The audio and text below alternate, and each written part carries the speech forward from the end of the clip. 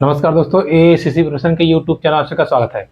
दोस्तों हम लोग सीटेट 2023 ईवीएस अर्थात पर्यावरण के लिए एनसीईआरटी क्लास 5 की बुक के बारे में अध्ययन कर रहे थे। इसके पहले हम लोगों ने एनसीईआरटी की क्लास 3, 4 को कंप्लीट कर लिया है और आज हम लोग क्लास 5 की पुस्तक को भी कंप्लीट कर लेंगे। इसके बाद हम लोग प्रीवियस ईयर के पेपर या प्रैक्टिस सेट को करेंगे। ठीक है, तो चलिए शुरू करते हैं। देखिए, आज का टॉपिक जो है वो हमारे फॉर्मर प्रेसिडेंट रह चुके डॉक्टर जाकिर हुसैन। ठीक है, नाम ध्यान रखे रहिएगा, डॉक्टर जाकिर हुसैन, इनके बारे में है। बस थोड़ा सा जानना ये है, जो डॉक्टर जाकिर हुसैन थे ये हमारे थर्ड नंबर प्रेसिडेंट थे। ठीक है, यानी कि तीसरे राष्ट्रपति थे, तीसरे ये राष्ट्रपति थे।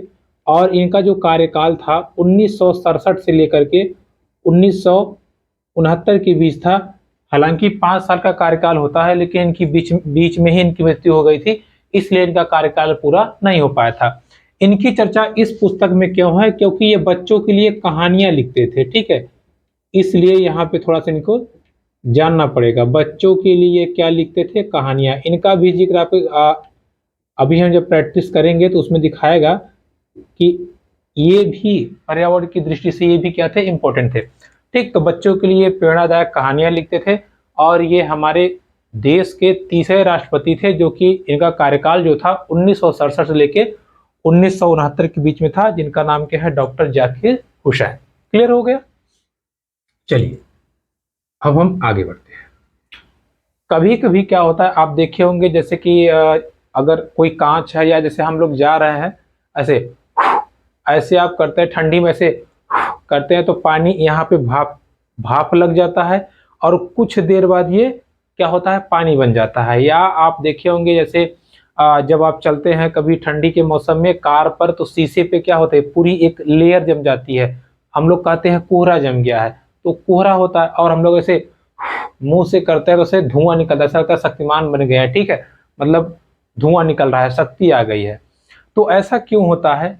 देखिए, जब हमारा शरीर, ध्यान से समझिएगा, हमारा शरीर गर्म होता है तो शरीर से जो भाप निकलता है वो क्या होता है? गर्म। और हम किसी कांच के टुकड़े पे, चश्मे पे या कोई और मटेरियल ले लीजिए, उस पे हम लोग या शीशे पे हम जब फूंक मारते हैं, चूंकि शीशा ठंडा होता है, तो यहाँ पर जो गर्म भाप है वो पानी की बूंदों का रूप ले लेती है। ठीक है, पानी की बूंदों का रूप ले लेती है और शीशा क्या हो जाता है? शीशा हमारा धुंधला हो जाता है। क्या हो जाता है? धुंधला। ठीक, तो आप एग्जाम में पूछा था कि एक लड़का या एक बच्चा, शीशा गंदा है, उसको वो भाप से साफ कर रहा है, उसने उस पर फूंक मारी और उस पर पानी की परतें जम गई। तो ये पानी की परतें कहाँ से आई?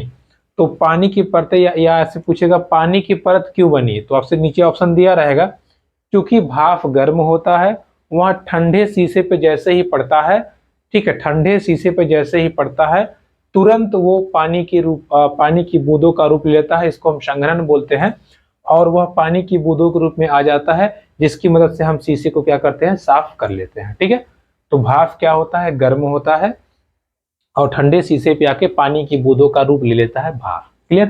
ध्यान रहेगा।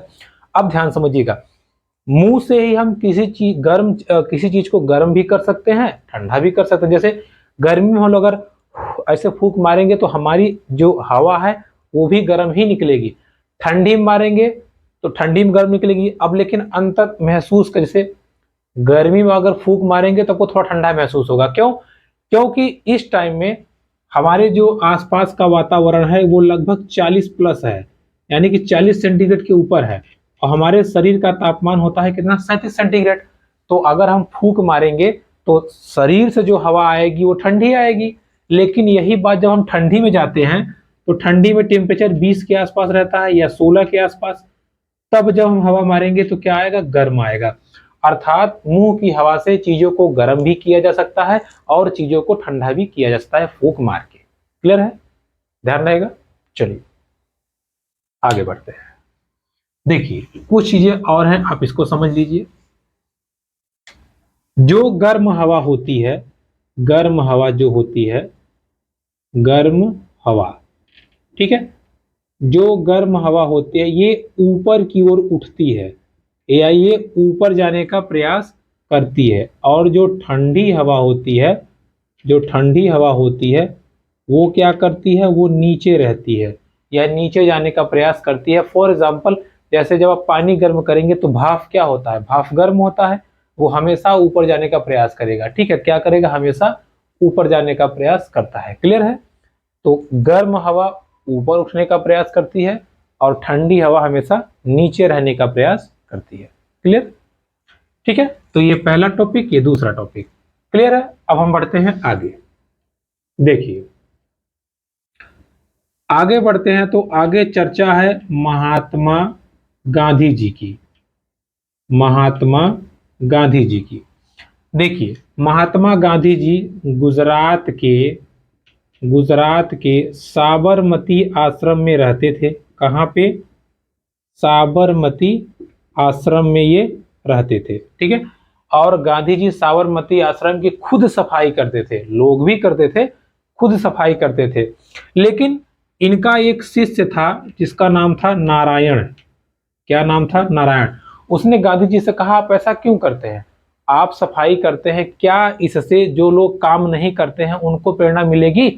तो गांधी जी ने कहा, बिल्कुल मिलेगी, अगर हम सफाई करेंगे तो वो भी सफाई करेंगे। तो इन्होंने कहा, कैसे? मान लीजिए वो कामचोर हो जाए ये देख करके कि चलो सामने वाला कर रहा है तो हम क्यों करें, हम नहीं काम करेंगे। लेकिन गांधी जी कहते थे, तो ये बताओ, अगर सामने वाला काम नहीं कर रहा है तो क्या इससे तुम्हें हेल्प नहीं हो रही है, तुम्हें मोटिवेशन नहीं मिल रहा है? अर्थात जब हम काम करते हैं तो हमें मोटिवेशन मिलता है, हमारे आसपास चीजें साफ सफाई से रहती हैं और हमको देख के दूसरे भी सीखते हैं। ठीक, कुछ लोगों का छोड़ दीजिए, लेकिन मैक्सिमम मेजॉरिटी ये होती है कि जब साफ सफाई आसपास रहेगी तो कोई भी व्यक्ति गंदा करने से पहले 2 बार सोचेगा। ठीक है, तो गांधी जी और नारायण उनके जो शिष्य थे उनमें इस बात पे अक्सर बहस होती रहती थी, लेकिन फिर भी ये जो नारायण था गांधी जी को बहुत मानता था। ठीक है, गांधी जी ने अपने विचार वर्धा, वर्धा जो सम्मेलन हुआ था जो कहाँ है, महाराष्ट्र में है, वहां भी अपने विचार गांधी जी ने रखे थे। ठीक, तो ये भी ध्यान रखिएगा, गांधी जी स्वयं काम करने में बल देते थे, हाथ से काम करने में बल देते थे। और गांधी जी कहाँ रहते थे? साबरमती आश्रम में, जो कि गुजरात में है। ठीक, और इन्होंने वर्धा में अपना भाषण दिया था जो कि कहाँ है? महाराष्ट्र में है। क्लियर है? देखिए इन्हीं दिनों एक बहुत बड़े व्यक्ति, बहुत महान पुरुष हैं, डॉक्टर भीमराव अंबेडकर जी। इनकी भी कहानी हम पढ़ लेते हैं, थोड़ा सा इनको भी जान लेते हैं। देखिए इन्होंने क्या किया, एक बार वी आर अम्बेडकर जी जा रहे थे तो इन्होंने देखा कि एक नाई था। कौन था? नाई। देखिए वी आर अम्बेडकर जी जा रहे थे, उन्होंने देखा नाई भेड़ के बाल काट रहा है। किसका? भेड़ का। तो इन्होंने कहा, मेरा भी बाल काट दो। तो नाई ने कहा, नहीं नहीं, तुम निचली जात के हो, तुम नीची जात के हो, इसलिए हम तुम्हारा बाल नहीं काटेंगे, मेरा जो उस्तरा है वो गंदा हो जाएगा, उसका मतलब जिससे वो दाढ़ी बनाता है, बाल काटता है। तो इनको बड़ी टेंशन हुई, उन्होंने कहा, मतलब क्या मैं एक इंसान होकर इतना गिरा हुआ हूं कि जानवर से बदतर हूं? तब इन्होंने सोच लिया कि मैं एक दिन इस चीज को बदलूंगा, और आगे चल के इन्होंने ही अपनी अगुवाई में संविधान का निर्माण किया। ठीक है, संविधान का निर्माण किया। तो doctor V are Ambedkar ji बहुत ही महान पुरुष थे, उन्होंने जितनी पढ़ाई की थी उतनी शायद ही कोई पढ़ाई किया हो, और इन्होंने भारतीय संविधान के निर्माण में बहुत महत्वपूर्ण भूमिका निभाई थी, इसलिए इन्हें भारतीय संविधान का अग्रदूत भी कहा जाता है। और ये निचली जाति के या जो पिछड़े वर्ग के लोग व्यक्ति हैं उनको आगे लाने के लिए इन्होंने संविधान में कुछ प्रावधान बनाए हैं, जिसके लिए आज इनको बहुत उच्च दर्जे का या उच्च व्यक्तियों में इनकी गणना की जाती है। ठीक है, तो इनको ध्यान रखिएगा, वी आर अम्बेडकर जी। ये भी क्वेश्चन एग्जाम में आपको पूछा हुआ है, ध्यान रखिएगा। ठीक है, चलिए आगे बढ़ते हैं। फिर अगला टॉपिक हमारा छोटा सा है, छत्रपति शिवाजी टर्मिनल। ठीक है, ये एक पाठ में आ गया है तो इसको भी आप ध्यान रखे रहिएगा। छत्रपति शिवाजी टर्मिनल, ये एक क्या है? ये एक रेलवे स्टेशन है, रेलवे स्टेशन। और ये रेलवे स्टेशन कहाँ है? महाराष्ट्र में, महाराष्ट्र अर्थात मुंबई में। ठीक है, तो छत्रपति शिवाजी टर्मिनल जो स्टेशन है, रेलवे स्टेशन है, वो कहाँ है आपका? महाराष्ट्र में है। क्लियर? ध्यान रखिएगा। फिर आगे अगला टॉपिक है जैसे सड़कें जो हैं, सड़कों को आप देखोगे ऐसे जैसे मतलब एक तरल पदार्थ होता है गाढ़ा गाढ़ा एकदम, उससे सड़कें बनाई जाती हैं काला काला, उसको बोलते हैं डामर, डामर या कोल तार। ठीक है, तो डामर या कोल तार का प्रयोग कहाँ किया जाता है? डामर या कोल तार का प्रयोग कहाँ करते हैं? सड़क बनाने में। ठीक है, सड़क बनाने में डामर या कोल तार का प्रयोग किया जाता है, ये आप ध्यान रखिएगा। ठीक है, चलिए अब आगे बढ़ते हैं। देखिए डामर या कोल तार,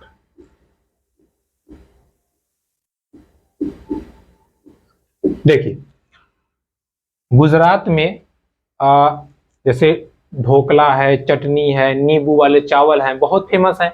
लेकिन गुजरात में सब्जी पकाने का एक अलग ही तरीका है। कैसे? सब्जी को मटके में भर करके, मटका में भर करके उल्टा रख के पकाते हैं। ठीक है, उल्टा रख के पकाते हैं, ध्यान सुनिएगा। मटका उल्टा रख के क्या पकाते हैं? सब्जी, सब्जी को पकाते हैं और इस प्रक्रिया को कहा जाता है उधियू। क्या कहा जाता है? उधियू। तो उधियू एक प्रक्रिया है जिसमें सब्जियों को मटके में उल्टा रख के पकाया जाता है, सब्जियों को मटके में रख के उल्टा रख के पकाया जाता है, इस प्रक्रिया को कहते हैं उधियू। और ये जो सब्जी उल्टा रख के पकाई जाती है, इसको बाजरे के साथ, बाजरे की रोटी बना करके खाया जाता है। ठीक है, तो ये आप ध्यान रखिएगा। उधियू शब्द आया है जो, उसको थोड़ा सा इंपॉर्टेंस दीजिएगा। उधियू मतलब है ये उधियू उल्टा।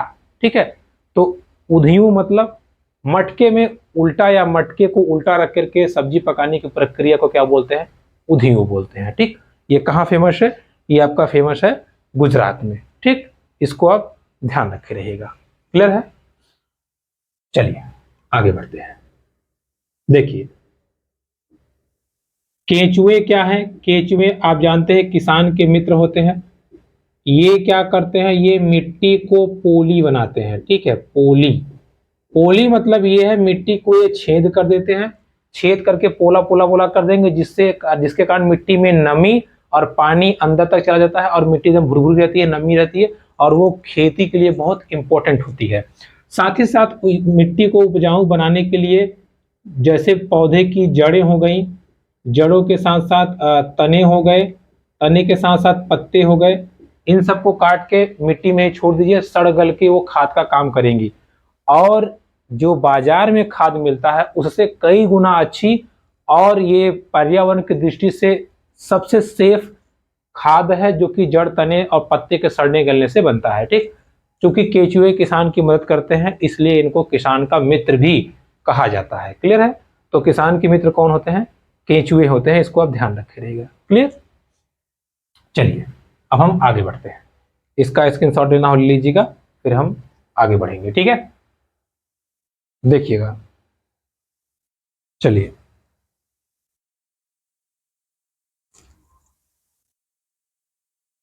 अब हम आगे चर्चा करते हैं और अपने अगले टॉपिक बढ़ते हैं। मैंने आपको पिछली वीडियो में, एक दो पिछली वीडियो में मैंने आपको बताया था कि स्टार गर्ल किसे कहा जाता है। ठीक है, यानी कि चमकता सितारा, चमकता सितारा। देखिए चमकता सितारा या स्टार गर्ल, चमकता सितारा या स्टार गर्ल उसे कहा जाता है जो महिला या जो लड़की पढ़ाई करके समाज को बदलने का प्रयास करे या समाज को बदलने में उसकी महत्वपूर्ण भूमिका हो, उनको क्या कहा जाता है? उनको कहा जाता है स्टार गर्ल। सूर्यमणि ये कहाँ की है? ये है झारखंड की।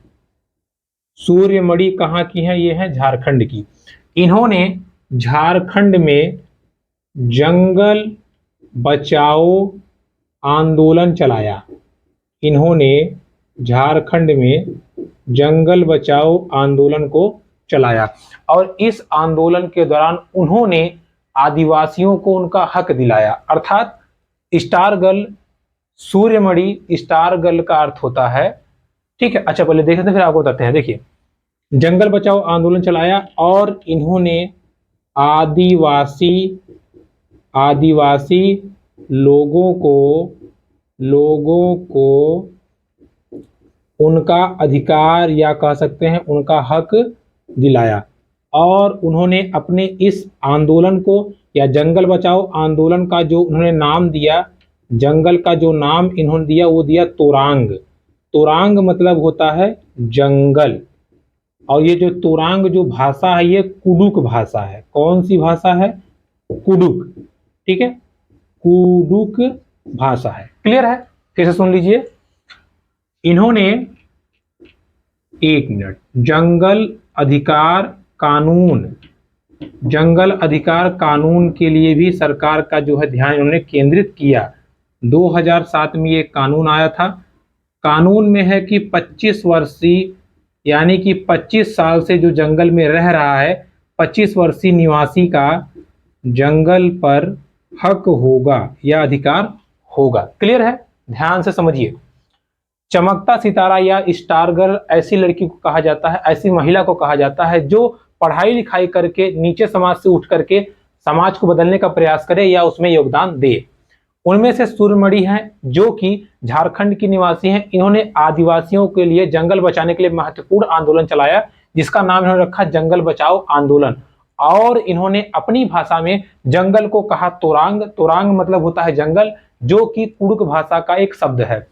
इसके बाद इन्होंने या इनके इस कार्य से प्रभावित होकर सरकार ने बाद में सन 2007 में जंगल बचाओ अधिकार या जंगल बचाओ कानून लागू किया, जिसके अतिरिक्त या जंगल अधिकार कानून पारित किया, जिसमें यह कहा गया जो आदिवासी या जो व्यक्ति 25 साल से जंगल में रह रहा है वो जंगल की चीजों का प्रयोग कर सकता है और ये उसका निजी हक है। क्लियर?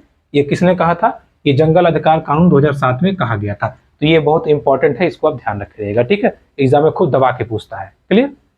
चलिए आगे बढ़ते हैं और आगे चीजों को हम समझते हैं।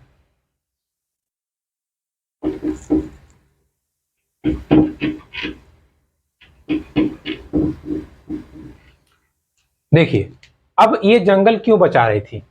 आदिवासी लोग जो होते हैं या जो जंगली लोग होते हैं वो झूम कृषि करते हैं। ठीक है, या झूम खेती वो करते हैं। देखिए, झूम खेती ज्यादातर पहाड़ी इलाकों में, जैसे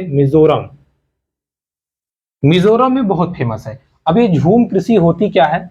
देखिए, झूम कृषि होती है जैसे जो जंगल की झाड़ियां हैं, जंगल की झाड़ियां हैं उनको काट कर वहीं जलाकर खाद के रूप में प्रयोग कर लिया जाता है। ठीक है, फिर यहाँ पर फसल बो दी जाती है। फसल क्या करते हैं? लगा दी जाती है। अब देखिए, फसल कटाई के समय यहाँ के लोग चेराओ नृत्य करते हैं। क्या करते हैं? चेराओ नृत्य करते हैं। ठीक है, फसल कटाई के वक्त ये लोग क्या करते हैं? चेराओ नृत्य करते हैं। और ये कृषि कहाँ है?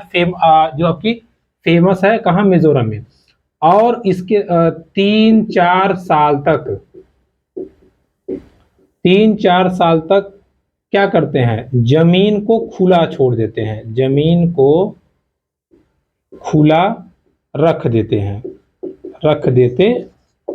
ध्यान से समझिए।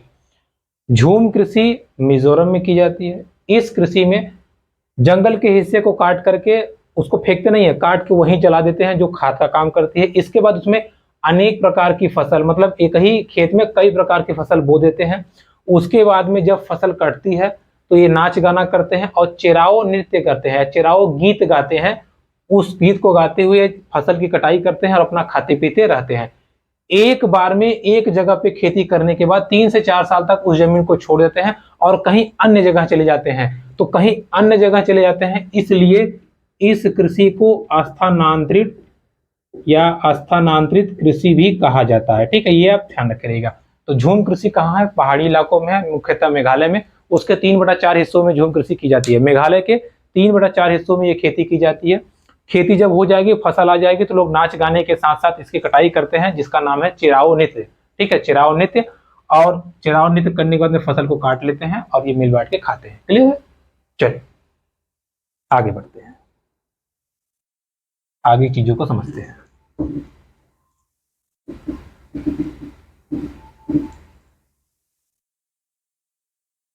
देखिए अगला है ग्रेगर जॉन मेंडल।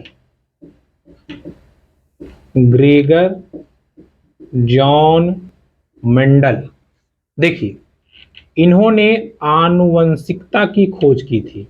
आनुवंशिकता, आनुवंशिकता क्या है? इन्होंने देखिए, इन्होंने 28,000 मटर के पौधे पर क्या किया? प्रयोग किया। और प्रयोग करने के बाद इन्होंने आनुवंशिकता का नियम दिया। तो आनुवंशिकता के जनक कौन है? Gregor John Mendel. कौन है? Gregor John Mendel. और ये ऑस्ट्रिया के थे। कहाँ के थे ये? ऑस्ट्रिया के। ऑस्ट्रिया के ये पादरी थे। ठीक है, ऑस्ट्रिया के ये क्या थे? पादरी थे। तो ऑस्ट्रिया के पादरी ग्रेगर जॉन मेंडल, जिनका जन्म 1882 में हुआ था, इन्होंने 28,000 मटर के पौधों का प्रयोग करके क्या दिया? आनुवंशिकता का नियम दिया। इन्होंने नियम में क्या बताया? देखिए इन्होंने बताया कि जैसे अगर जो भी क्वालिटी है वो गुड़ या पेयर में आती है। ठीक है, जो भी गुड़ है वो क्या होती है? जोड़ों में आती है। ध्यान समझिएगा, गुड़ जो है वो जोड़ों में आता है। जैसे एग्जांपल आपको समझाते हैं, कोई पौधा या हरा होगा या क्या होगा? पीला होगा, बड़ा होगा या छोटा होगा। ठीक है, बड़ा होगा या छोटा होगा। उसके बाद में ठीक, इसी प्रकार से जो हमारे अंदर गुड़ है, जैसे एक अगर घर में बच्चे हैं तो कोई सांवला है तो कोई काला है, मतलब कोई गोरा है। इस हिसाब से उन्होंने ये गुड़ बताया। अर्थात उन्होंने क्या कहा? ध्यान समझिएगा, ग्रेगर जॉन मेंडल ने आनुवंशिकता का नियम दिया। इन्होंने 28,000 मटर के पौधे प्रयोग किया और ये इस निष्कर्ष से पहुंचे कि जो भी क्वालिटी एक पीढ़ी से दूसरी पीढ़ी में आती है वो स्वतंत्र होती है और भिन्न होती है। जैसे इन्होंने बताया मटर का पौधा या तो हरा होगा या तो पीला होगा, यानी कि पीला और प्लस हरा। अब ऐसा नहीं होगा कि एक आधा पीला हो आधा हरा हो, ऐसा बिल्कुल नहीं होगा। या तो पीला होगा या तो हरा होगा। सेम चीज उन्होंने कहा, पौधा या तो बड़ा होगा या तो छोटा होगा, दोनों मिला के नहीं होगा। छोटा प्लस बड़ा ये पौधे नहीं होंगे। ठीक है, ये गलत हो जाएगा। अर्थात या तो छोटा ही होगा या तो बड़ा ही होगा, या तो पीला होगा या तो हरा होगा। ठीक, तो आनुवंशिकता की खोज किसने की थी? आनुवंशिकता की खोज की थी ग्रेगर जॉन मेंडल ने। और किस पौधे पे प्रयोग किया था? तो प्रयोग किया था इन्होंने मटर के पौधे पे। और ये कहाँ के थे? ये थे ऑस्ट्रिया के। ठीक है, कहाँ के थे? ऑस्ट्रिया के। ये आप ध्यान रखिएगा। ठीक, अगला ये है, थोड़ा सा हमें जानना है महाराष्ट्र के बारे में। महाराष्ट्र, देखिए महाराष्ट्र में आई बोलते हैं माँ को और बापू बोलते हैं पिता को। आई बोलते हैं माँ को और बापू बोलते हैं पिता को। वहां पर एक बहुत ही फेमस खाद्य सामग्री है पूरण पोली। पूरण पोली होता है चने की रोटी से बनी, चने की रोटी से बनी या चने की मीठी रोटी।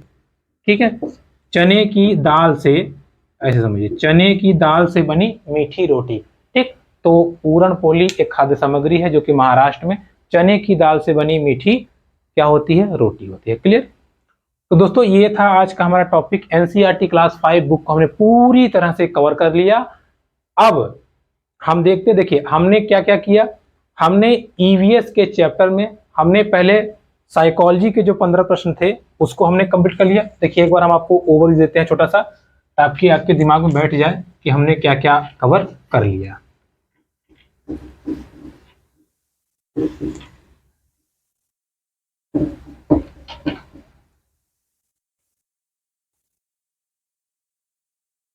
देखिए अब ये तो आपका पूरा हो चुका है, क्लास 5 खत्म हो गया आज, ठीक है। देखिए सीटेट के ईवीएस में 2 सेक्शन मैंने आपको बताया था। एक आपका होता है साइकोलॉजी का सेक्शन, साइकोलॉजी जो 15 मार्क का है। इसमें जैसे हम लोगों ने क्या क्या पढ़ा था, इसमें हम लोगों ने एनसीएफ पढ़ा, एनसीएफ के बाद हमने कॉन्सेप्ट पढ़ा था, ठीक है। कॉन्सेप्ट के बाद हम लोगों ने क्या पढ़ा था, इसका एरिया पढ़ा। एरिया मतलब कि जो क्या कहते हैं उसको, क्षेत्र, ठीक है। इसके बाद में हम लोगों ने इसमें पढ़ा जैसे कि सीसीई पढ़ा हम लोगों ने। सीसीई के बाद में प्रोजेक्ट कुछ हमने देखा था। प्रोजेक्ट के बाद में मेन आपका जो था लर्निंग, ठीक है। लर्निंग प्रिंसिपल हमने कवर किए। तो ये सारे टॉपिक हम लोगों ने कवर किया, जो कि 15 मार्क्स में आता है। इसको हम लोग पेपर में या क्वेश्चन करते टाइम भी देखेंगे। उसके बाद हम लोगों ने जो सेकंड पार्ट है, ये 15 मार्क्स के बाद में 15 मार्क्स का और जो सेकंड पार्ट है उसको हमने क्या देखा, हमने देखा एनसीईआरटी की क्लास 3, क्लास 4 और क्लास 5 की पुस्तक को हमने पूरी तरह से क्या किया, कवर अप कर लिया, ठीक है। अब हम लोग प्रीवियस ईयर के पेपर और 2022 में जो ऑनलाइन एग्जाम हुआ है उसके प्रश्नों को देखेंगे, ताकि आपको एग्जाम में अधिक से अधिक नंबर प्राप्त हो, ठीक है। तो वीडियो पसंद आई तो please like, comment, share and subscribe मेरे यूट्यूब चैनल। धन्यवाद।